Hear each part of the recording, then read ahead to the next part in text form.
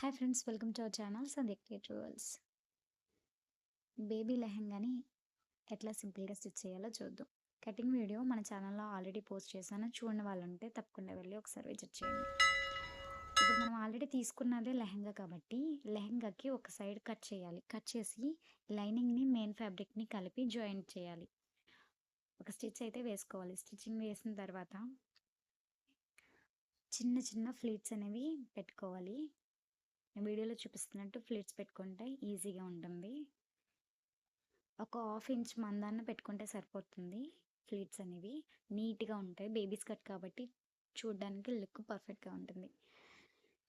And ఇప్పుడు పైన elastic add చేయబోతున్నాను. ఎలాస్టిక్ యాడ్ చేయడం కోసం సపరేట్గా ఒక క్లాత్ తీసుకున్నాను. క్లాత్ తీసుకొని ఆ లెహంగాకి ఇట్లా జాయిన్ చేయాలి. డబుల్ ఫోల్డింగ్ మీద నేనైతే జాయిన్ చేస్తున్నాను.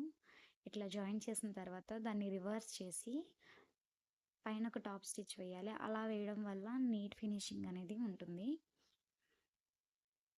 ఇట్లా వేసిన తర్వాత బేబీ వేస్ట్ లూజ్ని బట్టి ఎలాస్టిక్ అనేది తీసుకోవాలి. తీసుకొని అటు చివర ఇటు చివరన రఫ్ అనేది తీయాలి. రఫ్ తీసేసిన తర్వాత జాయిన్ చేయడమే. చాలా ఈజీగా సింపుల్గా ఉంది కదా లెహంగా స్టిచ్ చేయడం. అలాగే క్రాప్ టాప్ కూడా చాలా సింపుల్గా అయితే స్టిచ్ చేశాను.